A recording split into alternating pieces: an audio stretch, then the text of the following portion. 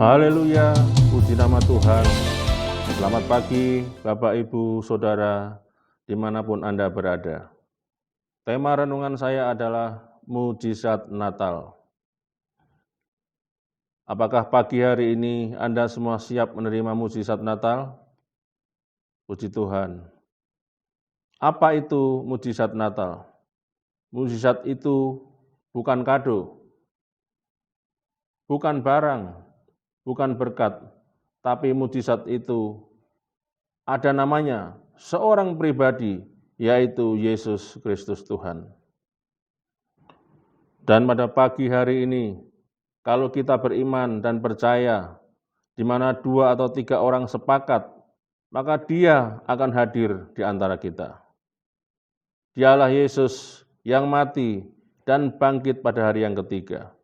Dan Dialah jaminan keselamatan kita. Mujizat Natal ada di dalam pribadi Tuhan Yesus. Yesaya 9 ayat yang kelima, beginilah firman Tuhan. Sebab seorang anak telah lahir untuk kita, seorang putra telah diberikan untuk kita. Lambang pemerintahan ada di atas bahunya, dan namanya disebutkan orang Penasehat Ajaib, Allah yang perkasa, Bapa yang kekal, Raja damai. Sambutlah Dia, Sang Juru Selamat dunia. Bapak, Ibu, Saudara, Natal itu mujizatnya bukan terletak pada baju baru, mobil baru, rumah baru, no. Pandang Dia, Dialah mujizat itu. Sebelum kita mengalami mujizat dalam bentuk yang bisa kita lihat, kita jamah dalam bentuk berkat rahmat. Lihatlah dulu adonannya. Lihatlah roti surgawi Yesus itu. Kalau kita belum menerima sesuatu, apa yang kita doakan bertahun-tahun, suami belum terima Tuhan, mama belum terima Tuhan, tetap lihat saja Yesus. Dialah jaminan mujizatmu, sebab barang siapa yang punya Yesus, dia punya segala sesuatu di dalam hidup ini. Amin. Sekalipun doamu belum dijawab, mungkin ada yang belum dapat jodoh dari Tuhan, tetap pandang Yesus. Dan berbahagialah orang yang tidak menjadi kecewa dan menolak aku. Matius 11 ayat 6. Bapak, Ibu, Saudara yang berbahagia, Paulus berdoa di dalam 2 Korintus 12 ayat 8-9. Minta supaya dari dalam daging ini dicabut, supaya minta duri dalam daging ini dicabut dari dia. Dia berdoa, pertama tidak ada jawaban. Yang kedua tidak ada jawaban. Yang ketiga, Tuhan kasih tahu sama Paulus. Kasih karuniaku cukup bagimu, bukan berarti mukjizat tidak terjadi. Ketika engkau tekun menantikan aku, ada suatu waktu nanti engkau akan menggapai kasih karuniaku. Semua yang engkau perlu akan disediakan dan sudah disediakan bagimu. Kita bisa mengambil dari gudang kerajaan surga yang tidak terbatas. Paulus diberitahu pada waktu yang ketiga kalinya dia berseru. Dia mendapatkan mujizat yang dia perlu.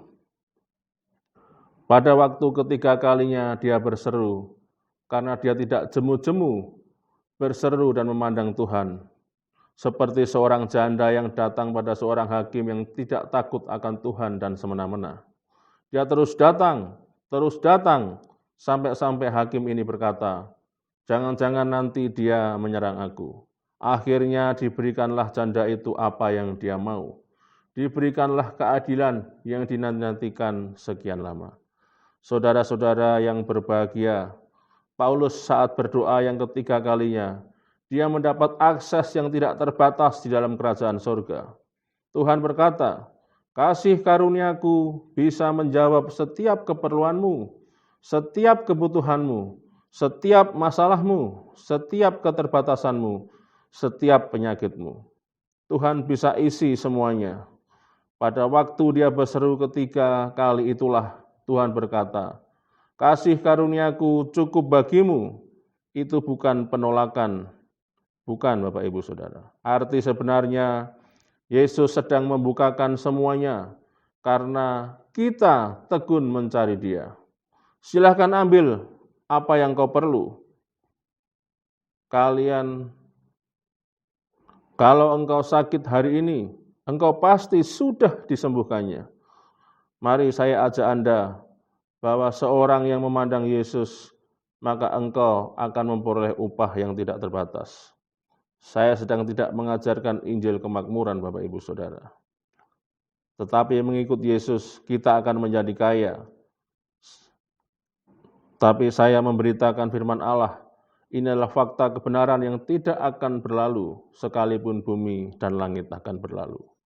Siapa memandang Yesus, akhirnya akan memperoleh upah dan apa yang tidak pernah dipikirkannya secara luar biasa. Pada waktu seruannya yang ketiga kalinya, Paulus mendapat akses yang tidak terbatas untuk setiap keperluannya. Paulus menerima upah saat dia rajin berseru dan tidak jemu-jemu mencari wajah Yesus. Bahkan akhirnya Tuhan berkata, ambillah semua kasih karuniaku yang kau perlu, semuanya itu cukup bagimu, untuk utangmu, untuk masalahmu, untuk penyakitmu, masih banyak kembaliannya. Karena kasih karuniaku besar, lebih besar dari penyakitmu, lebih gede dari masalahmu. Semua yang kau butuhkan, aku punya semua jawabannya. Bapak Ibu Saudara yang berbahagia, saya mau memberitahu setiap Anda semua. Hari ini, memasuki bulan Natal tahun ini, apa yang belum Anda miliki, apa yang Anda rindukan dan dambakan yang belum Anda punya. Anda berdoa dan belum ada jawaban, tetap pandang Yesus terus. Jangan pandang lubang di donat itu yang belum Anda miliki, tetapi pandang adonannya. Yesus roti surgawi itu, mana yang turun dari atas. Siapa yang memandang Dia, berbahagialah kata Alkitab, dan berbahagialah orang yang tidak kecewa dan menolak aku. Kata berbahagia itu sama dengan diberkati. Diberkatilah setiap orang yang menaruh harapnya kepada Tuhan Yesus. Kita semua memiliki pondasi untuk segala mujizat yang sudah kita alami, yang akan kita terima, dan yang akan kita alami di hari-hari yang akan datang. Pondasi itu bernama pandang Yesus saja. Amin. Saudaraku yang berbahagia dan diberkati Tuhan, hari ini kita akan sama-sama berkata, pandang Yesus saja, biarkan Yesus lahir di hatimu, biarkan terangnya menyinari setiap kegelapan kehidupanmu. Biarkan kasih karunia-Nya cukup bagi kita semua untuk mengatasi setiap masalah-masalah kita. Amin. Mari sepakat berdoa. Saudara-saudaraku yang berbahagia, terimalah kuasa, kasih karunia daripada Allah, Bapa, Anak laki-laki, dan Roh Kudus, yaitu di dalam nama Tuhan Yesus Kristus.